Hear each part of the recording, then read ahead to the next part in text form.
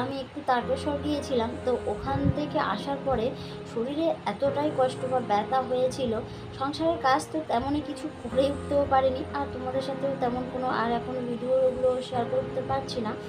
তো সেই কারণে একদিন মানে তার পরের দিন কিছুই করতে পারিনি। তো তারপরে এই যে আজকের এখন সন্ধ্যা 6টার মতো বাজে, তো কিছুটা জলদারি নিয়ে এসে তারপরে সন্ধ্যাটা দিয়ে, আর এই যে নীলু ঘুমিয়েও পড়েছে। ও না ওই এখন করে কিছুদিন আমি ওই পড়তে দিয়েছি, তো বিকেলবেলা 2 ঘন্টা করে পড়তে যায়, তো ওটাতে ওর অনেকটাই কষ্ট হচ্ছে। যেহেতু সকালবেলা ঘুম থেকে ওঠে, তারপরে স্কুলে চলে যায়, তো তারপর এসে ও কখনো ঘুমায়, কখনো আবার ঘুমায় না। তো সেই কারণে ওর কষ্টটা আবার একটু বেশি হচ্ছে। তো তাই পরের থেকে এসে আমি চেষ্টা করি অন্তত 2 ঘন্টার মতো ঘুম পাড়ানোর। তো সেই মতো এই যে ঘুমিয়েও পড়েছে, তো আমি সন্ধ্যাটা দিয়ে ওর কাছে এসেছি, আর দেখি না ঘুমিয়েও পড়েছে, যে ঘুমাচ্ছে কিনা দেখতে এসেছিলাম। তো তাই এখন আবার একটু দুষ্টুমিটা যত বড় হচ্ছে একটু একটু দুষ্টুমিগুলো একটু বাড়ছে, যদিও খুব একটা কাছে থাকে না। মানে দুপুরবেলা হয়তো স্কুল থেকে এসে ওইটুকু সময়, আর এই রাতের সময়টুকু বেশিরভাগ সময় এই পড়াশোনা স্কুল করেই সময়টা চলে যাচ্ছে। তো যাই হোক, তোমরা ভিডিওটা দেখতে থাকো, আশা করছি তোমাদের ভালো লাগবে। আর আজকের ভিডিওটা এখান থেকেই শুরু করছি। এই যে আমার ঘরের অবস্থাটা, মানে শরীরটা অনেকটাই খারাপ থাকার কারণে কিছুই করতে পারছিলাম না। মানে যতক্ষণ চুপচাপ শুয়ে থাকছি বা বসে থাকছি তবু ঠিক আছে, উঠে হেঁটে মানে কোনো কাজ করাটা মানে আমার পক্ষে একদম সম্ভব হচ্ছিল না। এতটাই পা ব্যথা ছিল, গাগুলো ব্যথা ছিল। তো সেই মতো এই যে ঘর বাড়ি সব ওলট পালট হয়েছিল। তো তারই মধ্যে এই যে বিছানায় যতক্ষণ বসেছিলাম বা বিছানায় ছিলাম, তো কিছু জামা কাপড় এখানে ছিল, তো সেগুলো আস্তে আস্তে সমস্তটা না গুছিয়ে নিয়েছিলাম। যেহেতু হাঁটাচলা করে বেশি কাজগুলো করতে পারছিলাম না, যতক্ষণ পারছিলাম হয়তো টুকিটাকি না করলেও তো না, ওই যে একলার সংসারে এগুলো তো করতেই হবে।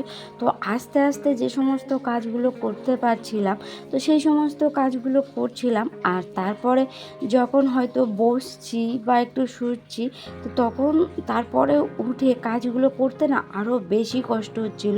তো সেই মতো যখন হয়তো একটু খুব ব্যথা করছে বা এ করছে, তখন এই যে বিছানায় বসেছিলাম, আর এই যে সাইডে যে সমস্ত জামা কাপড়গুলো ছিল ওইগুলো ওই যে ভাঁজ করে করে আলাদা করে গুছিয়েও নিয়েছিলাম। তাছাড়া না সংসারের মানে নানান কাজ সেগুলো সবই পড়ে রয়েছে, কিছুই করার সম্ভব হচ্ছিল না। কি বলো তো, ব্যথাগুলো এমন এমন অবস্থায় যে পায়ের যে শিরাগুলো, যেমন ওই সময় হাঁটারই সময়ও ওই রকমই পরিস্থিতি হয়েছিল, যে কিছু কিছু সময় যখন খুব ভালো প্রায় কত কিলোমিটার বলবো, 10 থেকে 20 কিলোমিটার ভালোভাবে হাঁটার পর থেকে তারপর থেকে ওই যে পায়ে ব্যথাটা শুরু হয়েছে। মানে শিরায় শিরায় ব্যথা। কোথাও যদি গিয়ে বসি, তারপরে উঠে যেয়ে যে হাঁটাটা, প্রথম যে অন্তত 2-4 মিনিট হাঁটাটা যেন এতটা কষ্ট, পা ফেলাই যাচ্ছিল না, মানে এরকম অবস্থা।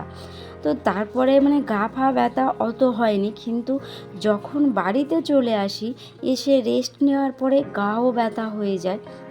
তো সেই সমস্ত কারণে ঘরের কাজ তো পড়েই থাকবে, কিন্তু একদম ভালো লাগছিল না, যে কখন মনে হচ্ছিল যে সংসারের এই সমস্ত কাজগুলো সেরে নেব, না হলে কি বলতো একটা কেমন ফিল হচ্ছিল, যে মনে হচ্ছে যেন ভালোই লাগছে না। সেই মতো এই তো একটু শরীরটা বেটার হতে, মানে এখন একটু ভালো আছি। মানে একটু বলতে ওই যে হাঁটা চলা ভালোভাবে করতে পারছি, কিন্তু ব্যথাটা রয়েছে, ব্যথাটা একদম ভালোভাবে যায়নি। আর জানো তো, পার তলাটা এতটাই লাল হয়ে গেছে, পার তলা পর্যন্ত ওই রকম ব্যথা রয়েছে। তো মানে এখন তবু কি চলতে পারছি বা একটু কাজকর্মগুলো করতে পারছি, বসলে মোটামুটি তাড়াতাড়ি উঠতে পারছি। তো সেই মতো এই যে ঘরের কাজগুলো সেরে নিচ্ছে। আসলে কি বলতো, জানো তো, এই যে ঘর বাড়িগুলো যদি একটু পরিষ্কার পরিচ্ছন্ন থাকে না, মানে কোথাও থেকে ঘরের মধ্যে ঢুকে বলো বা কোথাও থেকে এসে বা নিজে যদিও সেই ঘরের মধ্যে একটু হয়তো বসে আছি, তখন মনে হয় নিজেকে, মনে হয় যেন একটা আলাদা বেশ ভালো লাগে বা শান্তি লাগে, যে না ঠিক আছে ঘর বাড়ির মধ্যে, মানে নিজের, আমার মনে হয় নিজের মাইন্ডটাও ঠিক থাকে, বেশ ভালোই লাগে, তাই না বলো? তো সেই মতো এই যে ঘর বাড়িটাও গুছিয়েও নিয়েছি। জানো তো আজকে কাজটা শুরু করেছি বিকাল থেকে, তবে এই সমস্ত কাজগুলো সকালবেলা বেশিরভাগ সারা হয়। তবে যখন যেমন সময় তখন সেইভাবে তো চলতে হবে। যদি শরীর অসুস্থ থাকে তাহলে তো আর সকালবেলাটা করা সম্ভব না। তাই দিনে যে কোনো সময় আধা ঘন্টা ঘরবাড়ি পরিষ্কার পরিচ্ছন্ন রাখার জন্য সময় যথেষ্ট, তাই না বলো? জানো তো তারকেশ্বরে বাবার কাছে যাওয়াটা যতটাই কষ্ট মনে হয়, কিন্তু যে এত এত ভিড় কি বলবো। মানে যে রাস্তা, কত বড় চওড়া রাস্তা, যে প্রতিনিয়ত লোক যাচ্ছে, মনে হচ্ছে না যে এখান থেকে এইটুকু ফাঁকা আছে। আর বিশেষত মনে হয় বেশিরভাগ ক্ষেত্রে যারাই জল নিয়ে যায়, আমার মনে হচ্ছে আর কি, এবছর যদিও আমি ফার্স্ট টাইম প্রথমে গিয়েছি, তবে মনে হয়েছে এটুকুই যে যারাই যায় বেশিটাই বাবার কাছে পায়ে হেঁটেই জল নিয়ে যায়। সেই মতো সারা রাত সারা দিন মানুষ হেঁটে যাচ্ছে। আবার কেউ যারা হয়তো জিরিয়ে বসে রেস্ট নিয়ে যাবে, তারা আরও আগের দিন বেরিয়েছে। এবার আমরা হয়তো একটানা হেঁটে যাচ্ছি, কেউ হয়তো তার আরও আগের দিন বেরিয়েছে, সারা রাত সারা সকাল হেঁটে দুপুরটা রেস্ট নিয়ে আবার হাঁটতে শুরু করছে। এরকম পরিস্থিতি, যে কতটা মানুষের কষ্ট হচ্ছে, যে পায়ে ব্যথা গায়ে ব্যথা, তবু মানুষ কিন্তু বাবার কাছে যেতে যে এবছর এই যে কষ্ট হচ্ছে তো কী হয়েছে, আবার পরের বছর আবার ওরকম ভিড়, আবার ওরকম যাবে বাবা।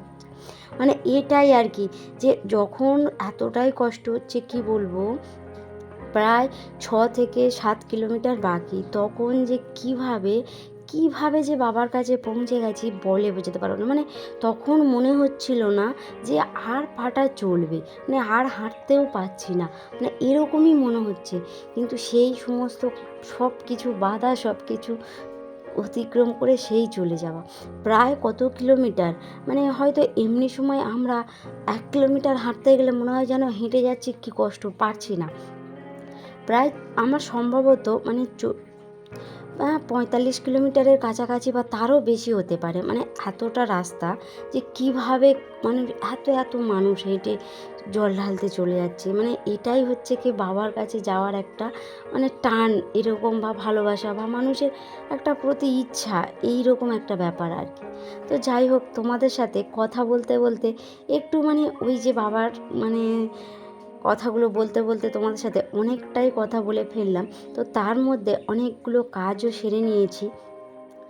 এই যে ঘরটা গুছিয়ে তো তারপরে চলে গেছিলাম রান্নাঘরে, আর কিছু সবজি বলো বা কিছু একটু নিয়ে এসেছিলো, তো সেই সমস্তগুলো একটু গুছিয়েও নিলাম, আর রান্নাঘরটাও একটু গুছিয়েও নিয়েছি। আর ওই যে সমস্ত বাসনগুলো মেজে রেখেছিলাম, তো সেগুলোও একটু জায়গা মতো গুছিয়েও রেখে দিলাম। দিয়ে আর কিছুটা খাবার ছিল ফ্রিজে ছিল, তো ওটা একটু বাইরে ঠান্ডাটা কাটতে দিয়েছিলাম। দিয়ে আর ওই যে নীরু ঘুমাচ্ছিল, তো ওকেও তুলে আনতে গেছি, তো ও কিছুতেই এখনও উঠবে না, ও আরও একটু ঘুমাবে। আমি বললাম, যদি তুমি আরও ঘুমাও তাহলে তো রাতে আর ঘুমাতে পারবে না। তো সেই মতো ওকে একটু তুলে নিয়ে এসে ওর সঙ্গে একটু সময় কাটাচ্ছিলাম। তো তারপরে কিছুক্ষণ যাওয়ার পরে এই যে খাওয়া দাওয়াটাও সেরে নিচ্ছি। আজকে নীরুর জন্য ভাতটা বেড়ে নিয়েছিলাম, আর বেশিরভাগ সময় রাতে আমিও ভাতও খাওয়া দাওয়াটা করি না, কখনো খাই আবার কখনো খাই না। এরকম যে নীর নেই যে একদম রাতে ভাত খায় না, এরকম ব্যাপার নেই। তো তারপর রাতে আর তোমাদের সাথে কিছুই শেয়ার করা হয়নি, কিছু করাও হয়নি, তো ঘুমিয়েও পড়েছিলাম।